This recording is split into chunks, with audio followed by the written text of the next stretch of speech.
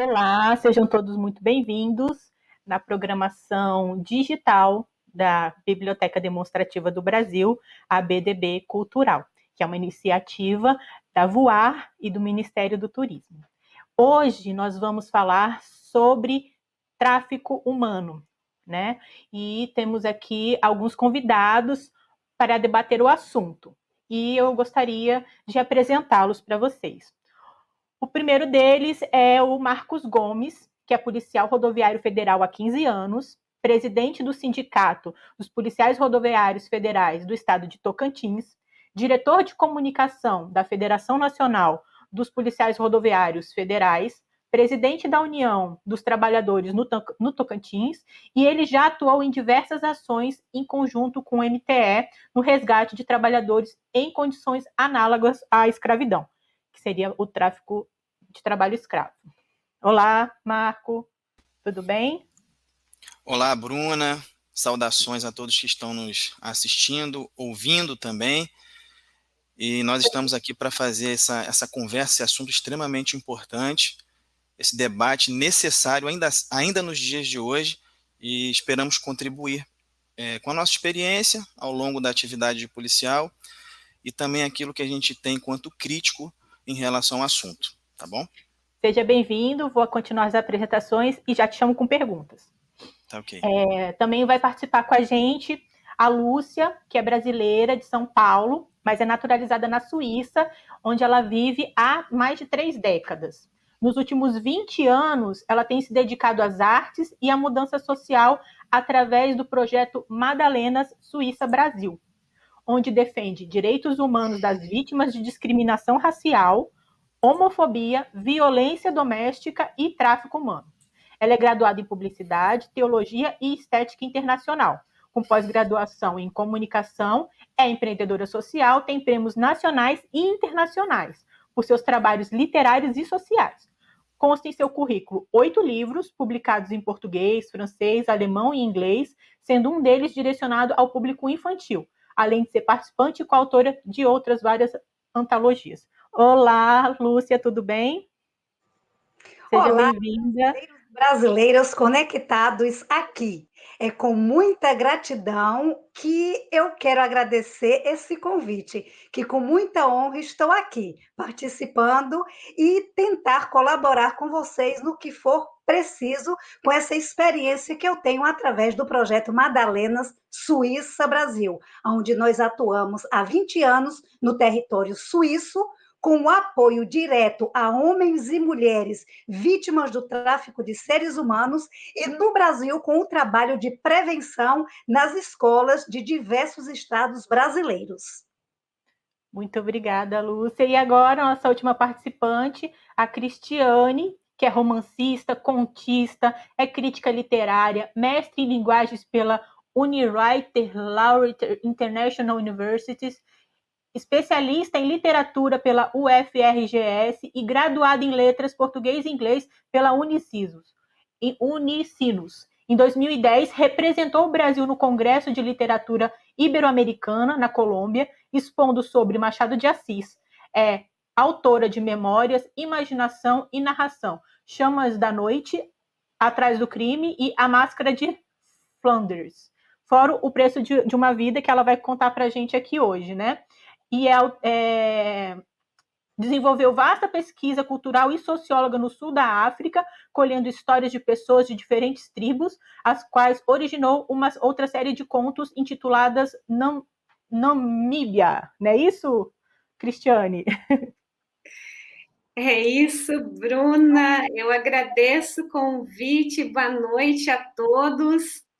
Então, estar aqui presente para tratar de um assunto tão, eu vou dizer que é polêmico, eu acho muito polêmico, porque eu me lembro da época que eu era apenas uma estudante de ensino médio e ficávamos estudando, lendo Navio Negreiro de Castro Alves e pensando que, né, essa questão do tráfico era tão antiga lá, não, séculos passados, né? E aí, de repente, a mídia começa a trabalhar com isso, novelas começam a ser feitas com relação a isso, E isso deixa a gente bem frustrado, porque não é um assunto resolvido, é um assunto que persiste, é um tema que persiste. Então, quanto mais nós falarmos sobre isso, mais esclarecedor será, né, a fim de que outras pessoas não acabem tentando evitar de ser enganadas, de passar por alguma situação como essa. Parece até que eles abafam, né? Vira um tabu esse assunto, não é muito discutido, né? E quando é discutido, ninguém tem muito a dizer, né? Vamos então começar com o PRF Gomes, que ele vai falar para a gente um pouco sobre o que é, né? O que é o tráfico humano. E, Gomes, eu vou pedir para você analisar para mim como em pleno século XXI ainda exista essa exploração do trabalhador, né? Ou da pessoa que é traficada para servir de serviços sexuais, até das crianças, né? Que são adotadas e tudo. Se você puder falar um pouquinho para a gente. Fazer uma saudação aqui a todos, cumprimentar quem está nos assistindo de novo. Parabéns à BDB por esse evento maravilhoso. Saudação a Lúcia, a Cristiane, uma satisfação, uma honra poder participar dessa mesa com vocês. Falar um pouquinho da nossa experiência, né, enquanto policial rodoviário federal, que também atua no combate ao trabalho análogo a escravo, que combate ao tráfico de pessoas, entre outras atividades que a Polícia Rodoviária Federal tem, mas é importante a gente elencar esse aspecto envolvendo o trabalhador e a sua condição, e a condição em que ele vive. E eu trabalho num local onde acontecem muitas coisas, né? Então, muitas coisas acontecem nas rodovias federais e nas nossas estradas. Então, para falar um pouquinho como isso acontece nos dias de hoje, eu acho que é importante fazer uma análise desse contexto histórico, né? Que nos leva ainda a ter e lutar contra a escravidão. Eu vou depois tentar esmiuçar isso de uma forma que a gente possa entender melhor, mas a gente acaba atuando em duas situações, de forma ostensiva, quando a gente trabalha na rodovia mesmo, fazendo aquela fiscalização, parando os veículos, e também em conjunto com outros órgãos, né? Mas isso eu vou tentar contextualizar de uma forma mais tranquila e depois. Então a gente tem esses dois viés que a gente consegue trabalhar. Mas eu quero trazer também esse contexto histórico, porque é importante nos dias de hoje a gente está com o telefone na mão, com o tablet, com a internet numa velocidade que a modernidade nos traz, mas a gente ainda convive com situações em que a gente se encontra e se depara com um trabalho na condição análoga a escravo, né? Enquanto operador de segurança pública, eu busco a manutenção dessa segurança viária e combatendo esses ilícitos, né? Eu tenho que dizer que algumas situações me ajudaram, né, ao longo desse tempo. Bom deixar claro que a Polícia Rodoviária Federal ela tem um trabalho de direitos humanos bem aguçado, é bem interessante para quem não conhece essa área de direitos humanos da Polícia Rodoviária Federal. É uma área muito, mas muito, eu diria que é muito produtiva, né? É uma área importante. Então, como a Bruna falou, a gente tem atuações no combate à exploração sexual de crianças e adolescentes, inclusive a Polícia Rodoviária Federal é premiada mundialmente com relação a isso. A gente tem uma atuação direta também no trabalho, na defesa do trabalhador, nesse combate ao tráfico de pessoas, e eu acho que a gente tem que fazer um apanhado histórico, né? Desde quando começou essa exploração do trabalhador aqui no Brasil, quando vieram os escravos, começaram a ser explorados, depois os índios, depois a mistura que transformou esse brasileiro que a gente tem hoje, né? Essa miscigenação, o brasileiro que a gente vive hoje, essa mistura de raças que vieram para o Brasil, e desde aquela época até hoje, a gente vive uma certa exploração. E se a gente for analisar bem, e eu consegui fazer esse contexto nas rodovias, né? E acho que a gente tem uma capacidade de fazer essa leitura. Na rodovia, a gente vê isso hoje, fazendo uma comparação como era no passado, de situações que são bem semelhantes, né? Como é que era antigamente? O escravo chegou aqui e usou essa mão de obra, depois pegou os índios e depois o brasileiro que nasceu dessa junção, né? Então, eles começaram a mexer com a madeira, depois com o algodão, e assim foi, né? E hoje não é diferente, né? Então, começou a explorar esse brasileiro, o brasi-índio, como bem chamou Darcy Ribeiro, no seu livro O Povo Brasileiro, que é um livro muito importante, acho que é muito interessante a gente fazer essa leitura também dele para entender essa situação que a gente vive. Então, esse brasileiro, ele era levado de um lugar para o outro, essa mão de obra dele era explorada. E não é diferente como a gente se depara na rodovia. Como que isso acontece nos dias de hoje, quando a gente para um ônibus, por exemplo, vindo do norte ou do nordeste, geralmente é assim, e eu trabalho no estado do Tocantins, e já me deparei com situações dessa natureza, de você parar um ônibus e de lá dentro ter diversos e diversos trabalhadores que estão sendo levados para trabalhar na lavoura, para trabalhar em fazendas enormes, geralmente no Mato Grosso do Sul, Goiás, São Paulo, nessa mesma condição, né? Numa condição que ele não sabe para onde está indo, não sabe quanto vai ganhar, não sabe onde vai dormir, e vive numa situação, eu diria que até vexatória para a situação dele. Então a gente trabalha dessa forma, tem que fazer esse contexto histórico, e enquanto policial rodoviário federal e com um trabalho de direitos humanos voltado para essa situação, a gente tem essa situação que vive dentro da Polícia Rodoviária Federal, dentro desse trabalho que a gente faz. É mais ou menos por aí.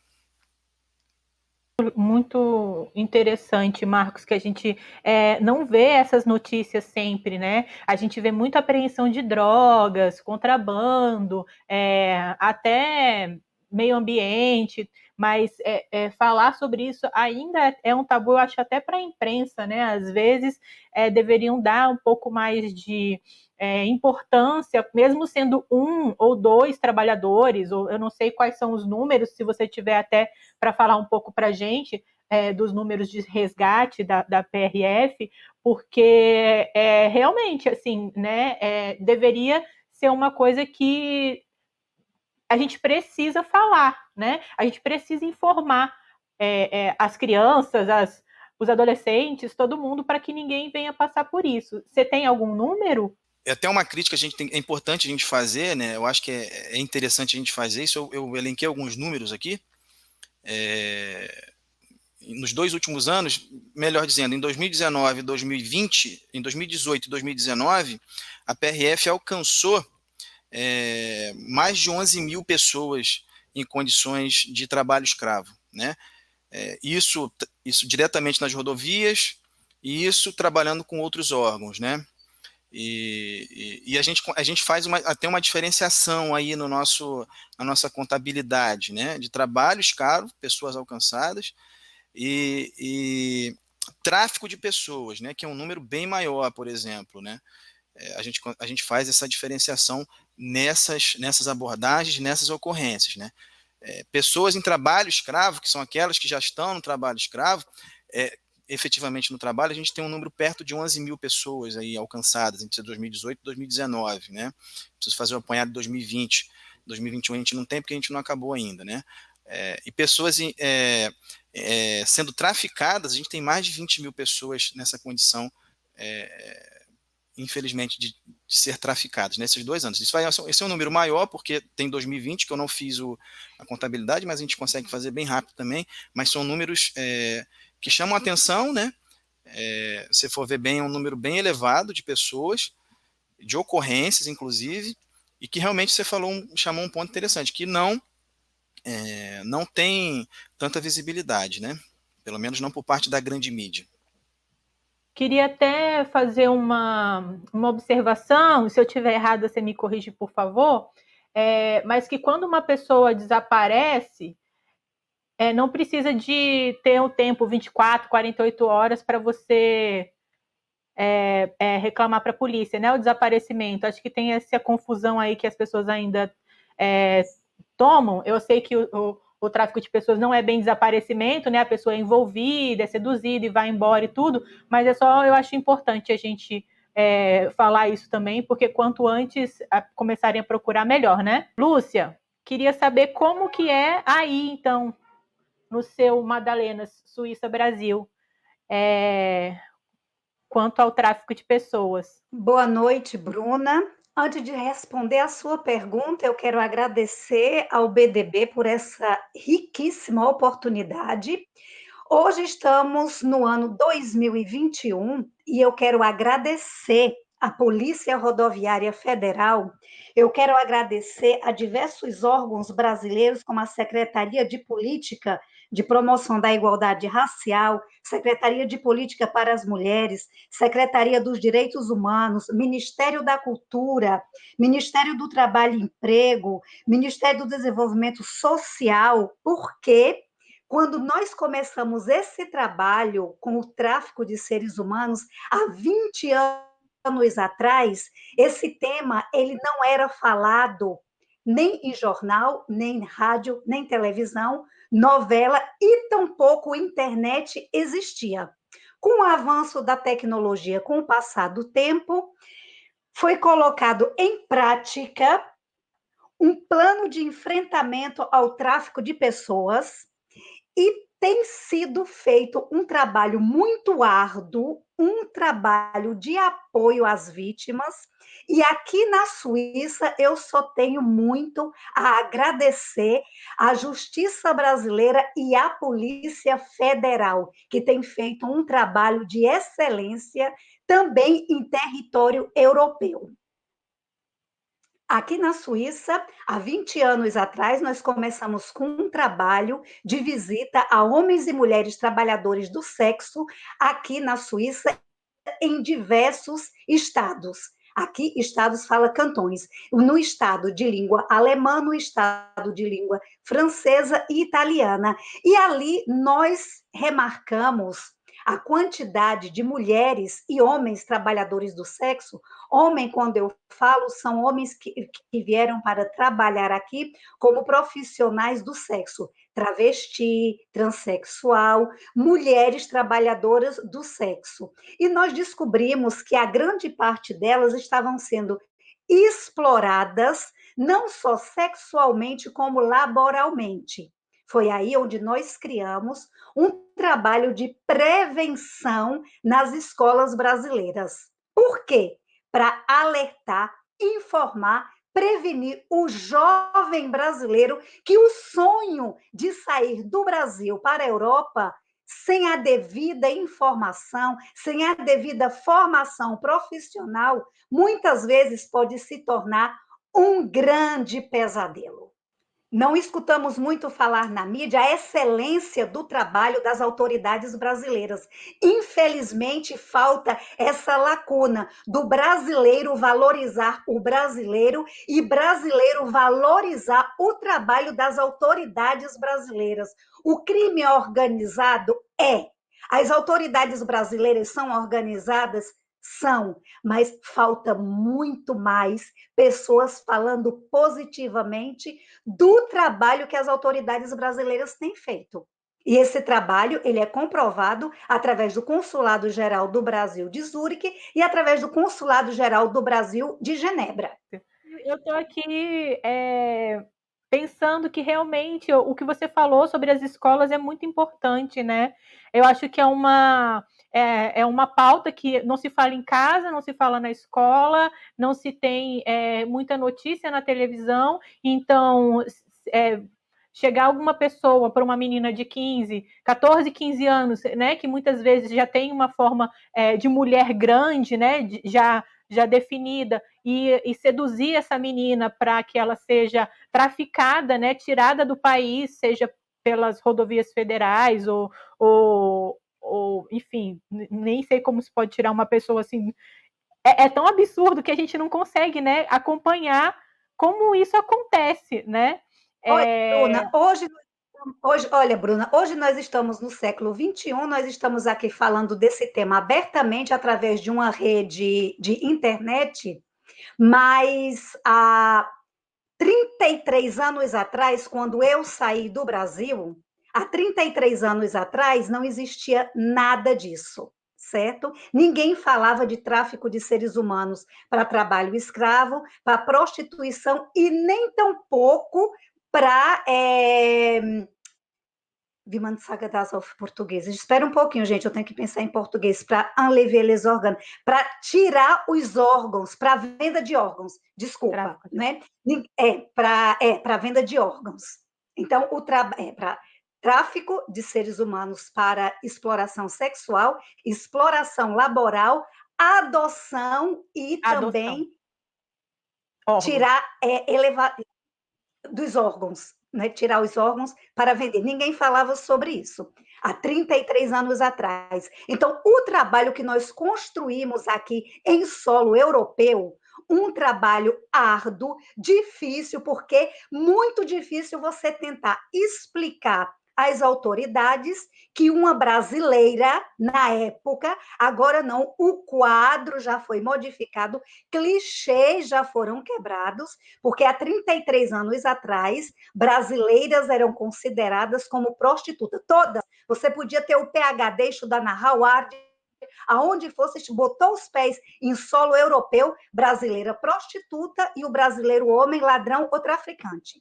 Era esse o clichê que tinham aqui na Europa. Então, para poder provar que uma vítima, que uma mulher que veio do Brasil foi enganada e que estava na prostituição forçada para dar lucro, foi muito difícil quebrar todos esses tabus. Foi preciso muitas mulheres serem assassinadas, muitos corpos serem encontrados nas florestas, muitos corpos serem encontrados jogados no chão, como se tivesse sido praticado o suicídio. Vocês me perdoem esse português gaguejado meu, mas é porque eu estou aqui há 34 anos e, normalmente, o meu trabalho é com os nativos daqui. Eu tenho um trabalho com o pessoal da comunidade brasileira, mas eu vivo e trabalho 24/24 com o alemão e o português. Então, quando eu começo a falar o brasileiro, muitas vezes tem umas palavras que eu fico meia atordoada. Então, o que eu quero finalizar é que teve um avanço muito grande nesse período de 20 anos de trabalho com o Madalena Suíça Brasil. Nós participamos de vários encontros no Brasil e, inclusive, o primeiro encontro sobre o tráfico de seres humanos, nós participamos no Brasil, nós participamos da criação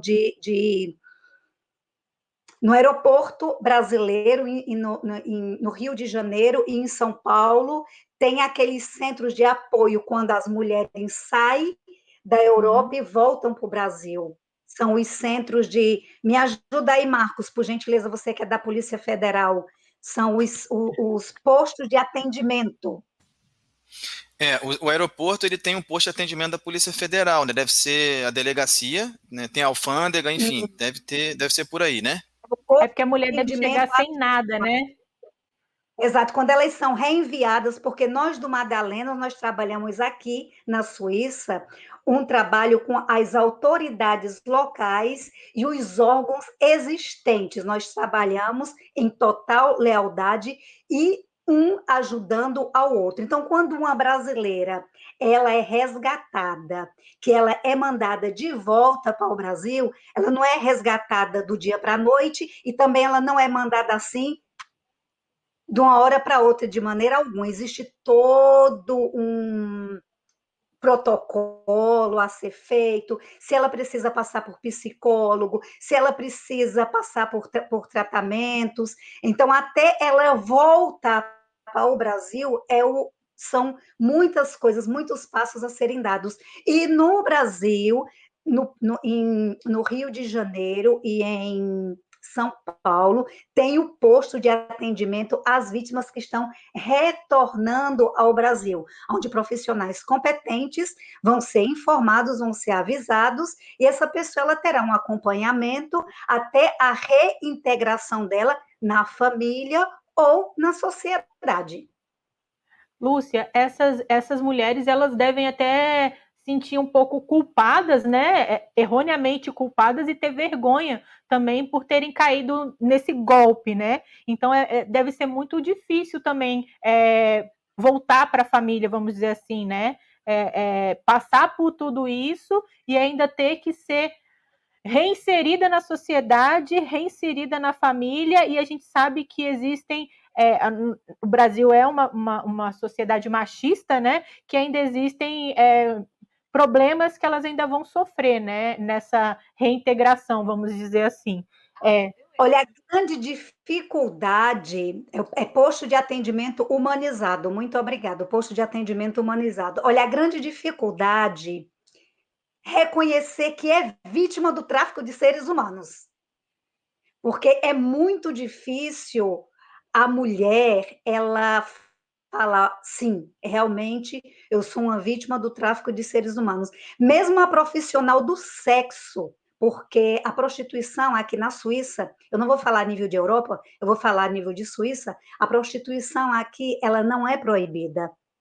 A prostituição aqui, se você tem os documentos para trabalhar aqui, ela é legalizada. Então, mulheres brasileiras que saem do Brasil e vêm trabalhar aqui na Suíça, mesmo sabendo que é na prostituição e que elas são privadas da liberdade, que são privadas de receber um tratamento correto, privadas de receber o salário, elas são vítimas do tráfico dos seres humanos.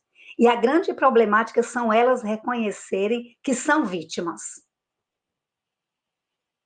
Entendo. Tem a diferença, né, da pessoa se prostituir porque quer e ser obrigada a se prostituir. Bem, vou falar com a Cristiane agora. Cristiane, e o preço? E a vida tem um preço?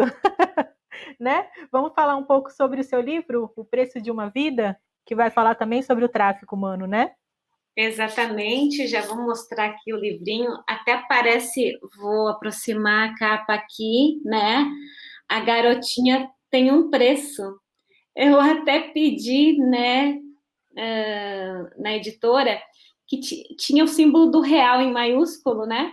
Eu pedi, não, só coloca o indicador de moeda, porque afinal, infelizmente, isso é uma questão atemporal, pelo que nós estamos vendo aqui, né? E quiséramos nós que tivesse uma data fixa para terminar, mas é visível que o problema tende a persistir e a continuar nos atormentando, né? Por muitos anos ainda, esperamos que não, mas enfim, né? O realismo aí, se formos realistas, a gente sabe que o problema é mais embaixo, né? E nunca vai acabar, Cristiana, me desculpa interromper, mas o tráfico de seres humanos, ele nunca vai acabar, porque existe a lei da oferta e da procura. Então, é uma utopia nós falarmos que nós vamos acabar com a escravidão sexual, nós vamos acabar com a exploração laboral, nós vamos acabar com o tráfico de seres humanos. Isso é uma utopia. Nós podemos prevenir, nós podemos alertar jovens brasileiros para que não caiam nas armadilhas, porque existe também o tráfico sutil de seres humanos, onde até universitárias caem. Então, quanto mais nós falarmos, alertarmos, escrevermos livros, trabalhar com a prevenção, fazer mesa redonda como essa, falar no rádio, na televisão, nós vamos conseguir informar. E depois, cada um tem o livre-arbítrio de escolher ir ou não ir, mas acabar é uma utopia. Desculpa lhe interromper. Essa questão que a Lúcia trouxe, né, de promover essa discussão em escolas, eu achei bastante relevante, viu, Lúcia? Eu sou professora de ensino médio também. E, claro, antes de começar as aulas, né, início do ano, se faz uma pergunta-chave a fim de se conhecer os propósitos dos alunos, o que eles pretendem fazer, assim, em termos de profissão e tal. E eu fiquei, assim, bem abismada, um pouquinho assustada, porque, assim, em termos de índice, 60% alegou querer sair do país. Não é um índice, é mais da metade, tá? 60% alegou isso, né? O sonho de morar no exterior, de seguir carreira no exterior, etc. E tal. E aí, né, nós como educadores e escritores, né, no caso, né, eu vou assumir os dois papéis aqui, é viável sempre, né, alertá-los. sabe, é um pouco complicado isso, porque nós estamos, né, nesse período de dar aulas à distância ainda aqui no Rio Grande do Sul, né, em algumas escolas. Então, muitas vezes nós estamos conversando com o adolescente, tem o pai e a mãe escutando atrás. Então, nós temos que ter uma certa sutileza ao abordar determinados assuntos, né? E uma das coisas que eu gostaria de frisar além de ser uma utopia, né? Por que tende a persistir esse problema, né? Como a própria Lúcia falou. E eu digo o seguinte: além de ser oferta e procura, é a questão da vulnerabilidade social, né? Os números são maiores onde existem maiores vulnerabilidades sociais, não adianta, parece que o ser humano, parece não, né? O ser humano quer algo melhor para si. Ele sempre busca melhorar em todos os sentidos, né? Seja lá na sua vida profissional, na vida amorosa, o seu próprio ser, ele quer melhorar. E muitas vezes aparecem propostas, né, oferecendo uma luz no fim do túnel. Ou seja, olha, você segue por aqui, aquilo que você tanto desejava está aqui está a oportunidade de mudar, de crescer e tal. E muitas vezes as pessoas acabam, né, se deixando enganar. Mas aí eu vou tomar a liberdade de mostrar um outro livro também, que é A Máscara de Flandres, né? Máscara de Flandres era um objeto de tortura utilizado na época da escravidão, né? Era, como o próprio nome diz, né? Era uma máscara feita com uma finíssima folha de Flandres, a fim de cobrir a boca dos escravos, para que eles não se alimentassem e nem bebessem, enfim, né?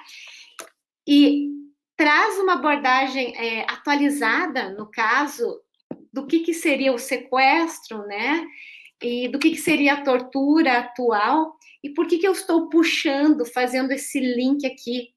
Eu estou fazendo esse link aqui porque em uma passagem eu coloco o seguinte: as vítimas, muitas vezes, elas sabem que tem alguma coisa errada, né? Nós temos um instinto, de que tem alguma coisa errada por trás dessa proposta mirabolante, tem alguma coisa errada, mas o ser humano precisa ter esperança. E às vezes essa esperança, contraditoriamente, ao mesmo tempo que a nossa saída para que a gente viva dia após dia em busca de melhoria, em busca de uma vida melhor, feliz e tal, contraditoriamente, essa esperança muitas vezes nos cega. E nós sabemos que tem alguma coisa e mesmo assim a gente precisa acreditar que não, aquela proposta é de verdade. Tem alguma possibilidade de melhorar, né? Então, eu digo assim, de fato, vai persistir. E um dos motivos principais é a vulnerabilidade social. Porque enquanto eu estou numa situação deplorável, eu não consigo ter os meus meios, eu não tenho oportunidade de emprego, eu não tenho possibilidade de ser feliz e me realizar. Onde eu estou, isso me torna frágil. E isso me deixa querer acreditar em propostas que não existem, né? Propostas que são enganosas, né? No caso, agora vamos voltar lá. Agora aqui, voltando o preço de uma vida, desculpa, tá, gente? Fico mostrando aqui o livro porque eu sou muito visual.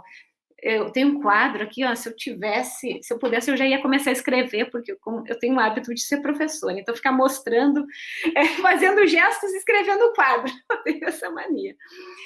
Então, o preço de uma vida, né, ele vai tratar não especificamente do tráfico em si, mas, enfim, da venda de uma garotinha que, como eu expliquei anteriormente, estava numa situação de extrema vulnerabilidade, né? Estava extrema vulnerabilidade.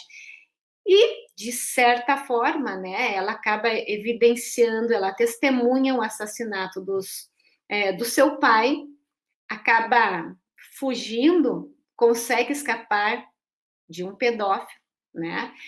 E pega carona com uns jovens, um de 19 anos e o outro, né, não lembro dos meus personagens, mas um de 19 anos e outro ainda na fase da adolescência. E nessa carona, ela acaba chegando em São Paulo, né? Em São Paulo, por meio dessa carona. O personagem, o motorista de 19 anos, é o Getúlio, e começa a tentar conversar com essa garotinha, à época, né, 1980, tinha lá os seus 5 anos de idade, mas ainda muita, digamos assim, muito traumático para ela. Então, ela não fala em momento algum o seu nome.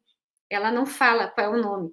Então, Getúlio, né, 19 anos recém chegando em São Paulo, não tem uma solução. E a primeira que aparece é uma proposta de dinheiro a fim de se adotar a garota, né? Então, possivelmente, ele analisa a casa chique e tal, requintada, a senhora que compra a garota extremamente requintada também, educada, né?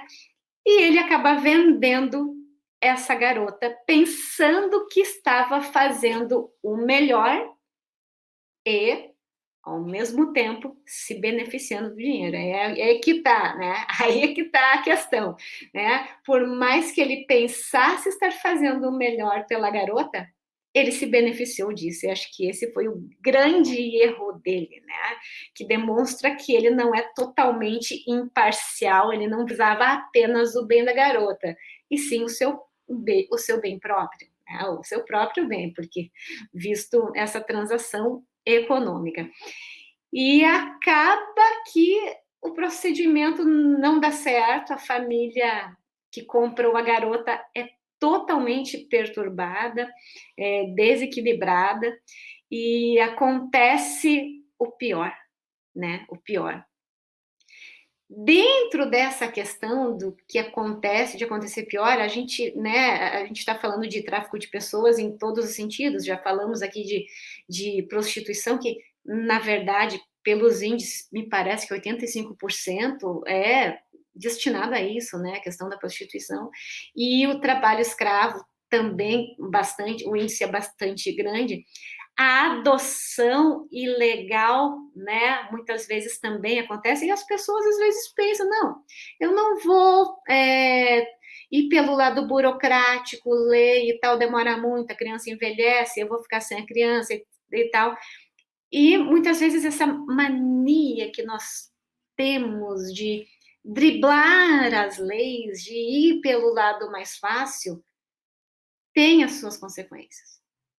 Tem as suas consequências, e essas consequências devem ser levadas em conta, em consideração, né? No caso, o meu personagem, que tinha, à época, 19 anos, que efetuou a venda dessa garotinha, ele acaba colhendo as consequências depois, né? Ele acaba colhendo todas essas consequências depois de idoso, né? Idoso não, vamos diminuir um pouco lá, sei lá, vou fazer as contas aqui, aos 50 anos. Mas ele colhe aquilo que ele plantou. Então, e novamente, eu agora voltando para meu papel de professora aqui, esclarecer, né? E eu sempre alertar os alunos, não importa a idade que vocês tiverem, tudo que nós fazemos tem as suas respectivas consequências, né? Então, isso em todos os sentidos, num relacionamento, muitas vezes, né, adolescente, quando se relaciona, é um relacionamento, né, normalmente sem muita análise, né? Não tem muita análise, só tem paixão, digamos assim, né? Isso em termos também de profissão, isso em termos das nossas escolhas, tudo que nós fazemos, nós temos as nossas respectivas a escolha e consequência, não adianta, né? Então, o preço de uma vida traz disso, né? A força e a responsabilidade também dos nossos atos, das nossas escolhas, né? Esse é um pouquinho do meu livro. É isso mesmo, Cristiane. Meu pai sempre fala, tá fácil, tá errado. Começa a analisar, procura saber o que é, porque se está muito fácil, alguma coisa, né, não pode não estar certa. Mas até para as pessoas saberem analisar o que está fácil, o que não está, eu acho que é fundamental ter esse diálogo dentro da escola mesmo, desde o começo, né? Porque eu acho que você chegar para uma turma de quinta série assim, falar existe tráfico de seres humanos. A maioria não vai nem saber o que dizer, o que pensar sobre isso, né? Como assim? Talvez pense no que a gente vê mais apelativamente em filmes, que seriam o tráfico de órgãos, né? Que é o menor índice. Então, não vai adiantar muito a coisa, né? Agora, principalmente as mulheres, a comunidade LGBTQI+, que sofre disso, tem que ser bem informada, né? Acho que políticas públicas mesmo, mas também grande mídia. E quem sabe, dentro das escolas, eu acho que a PRF tem muitos projetos educacionais, né, Gomes? Tem algum sobre esse? Tem, é interessante até falar isso, achei importante isso, né? Que a PRF começou agora a fazer um trabalho direcionado mesmo dentro das escolas, né? Não é um trabalho pontual, assim, a PRF, por exemplo, aqui em Palmas, a gente tem uma parceria com uma escola, a Anísio Teixeira, que a PRF, ela atua diretamente dentro da escola, né? Então a gente trabalha trânsito de forma transversal, não é a militarização das escolas, até porque nós não somos militares, né? Nós somos civis.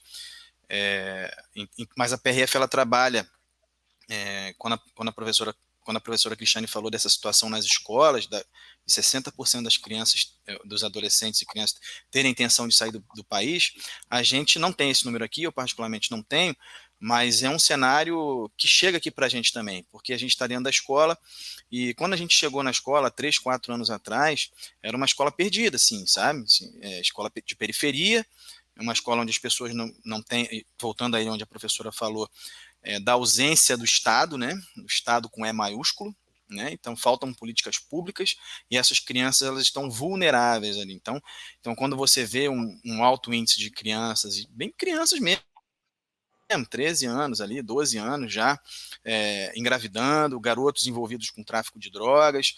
Então quando nós chegamos lá para incluir o trânsito de forma transversal naquela escola, a gente se deparou também com esse problema social dentro da escola, sabe? Hoje, então, a gente, só para ter uma ideia, a evasão escolar a gente conseguiu reverter uma situação de grande alegria para nós aqui no estado, em Palmas especificamente falando, essa atuação que nós temos dentro da escola, né? Eu repito que não é uma atuação militarizada, nós não somos militares, nós não temos esse preparo, inclusive, nem queremos, não é esse o nosso objetivo. O nosso objetivo é esse trato com direitos humanos e trabalhar o trânsito de maneira transversal. Trânsito porque, obviamente, nós entendemos de trânsito, sabemos que o trânsito ele precisa ser melhor tratado na sociedade, a gente conseguiu isso dentro da escola. E com isso, a gente também trabalhou esse lado social dentro da escola, né? Acabou que a gente tem essa vivência, não só com os alunos e com os professores da escola, mas com os próprios pais, sabe? Que se tornaram parceiros desse projeto. Então é algo que nos traz, assim, muita alegria, é algo que nos deixa muito satisfeito e a gente entende que esse projeto é um projeto que ele pode se estender. Tanto é que no Rio de Janeiro já tem um projeto também de uma escola. Aí, se eu não falha a memória aqui, se eu não estiver sendo traído pela memória, é já a nível médio, essa nossa escola aqui é de ensino fundamental, mas é um projeto muito interessante, muito bacana, que a gente quer implementar, né? Só voltando um pouquinho, achei importante o que a professora falou a respeito dos jovens, eu acho que é aí onde a gente tem que atacar mesmo, sabe?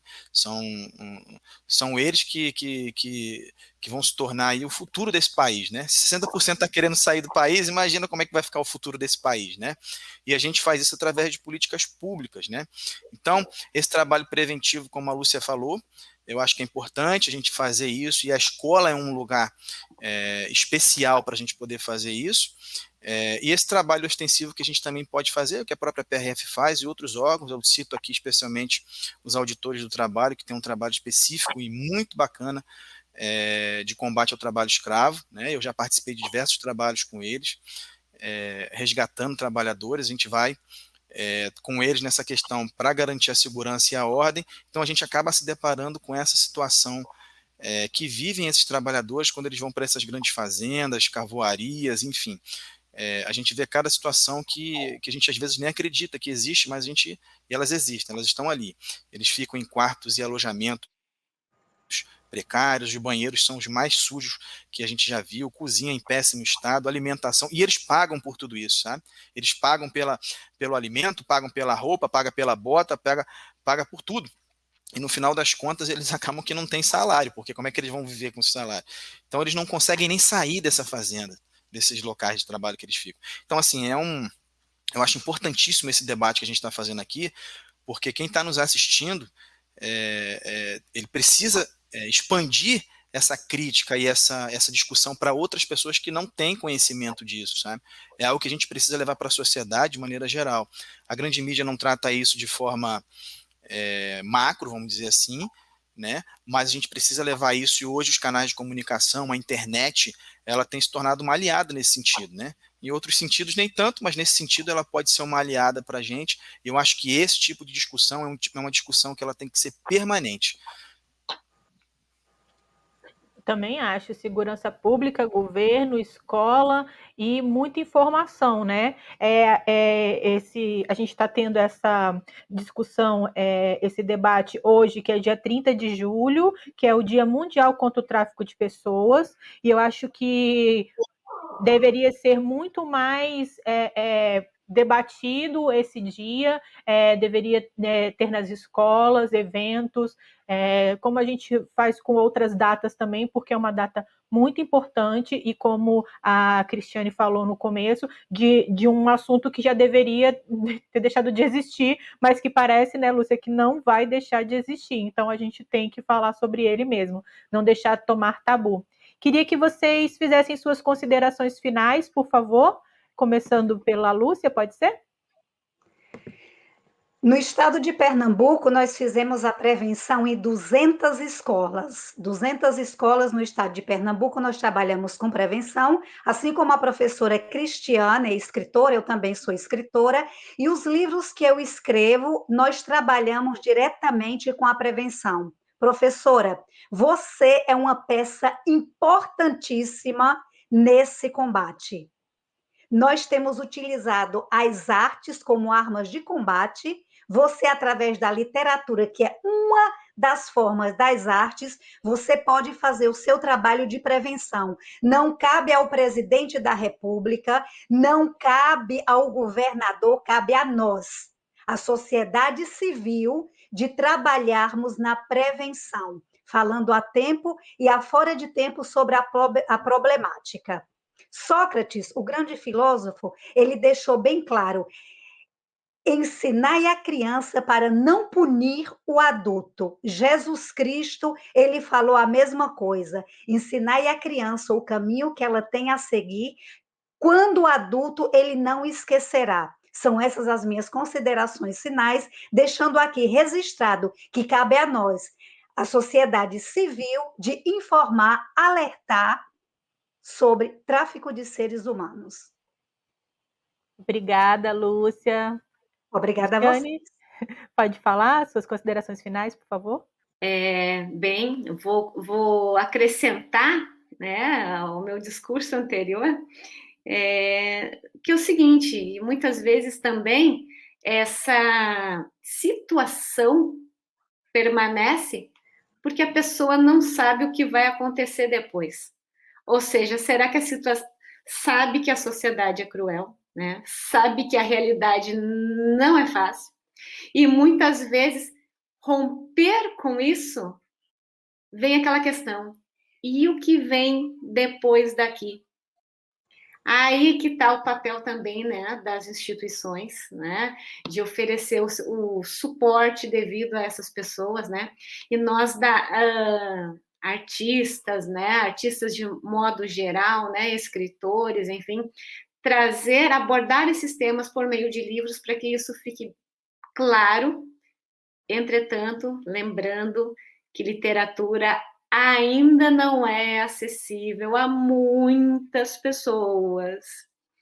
E querendo ou não, a televisão ainda é a porta de entrada, ainda de muita informação relevante, né?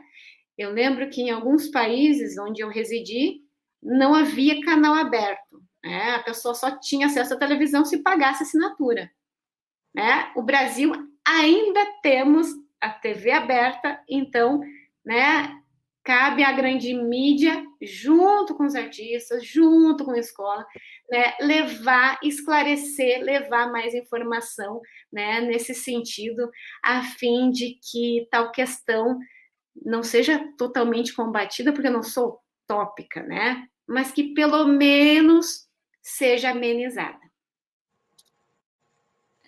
Muito obrigada. Marcos Gomes, suas últimas considerações, por favor. Mais uma vez, agradecer a oportunidade de estar aqui discutindo esse tema. Hoje, que é um dia especial, né? Que é um dia alusivo a esse tema, é importante. Acho que até por isso nós estamos aqui hoje. Dizer que é uma satisfação estar com vocês, Bruna, professora Cristiane, Lúcia, pessoal do BDB, parabéns pelo evento. Dizer para quem está nos assistindo que a Polícia Rodoviária Federal, como órgão de fiscalização, de combate a ilícitos nas rodovias, ela está à disposição para ser um braço de quem precisa, sabe? Através do nosso telefone de emergência, 191, que é o nosso telefone da Polícia Rodoviária Federal. Se você souber de alguma situação de pessoas que estejam viajando pela rodovia em condições análogas à escravidão, a gente está à disposição através dos nossos telefones de emergência, que é o 191.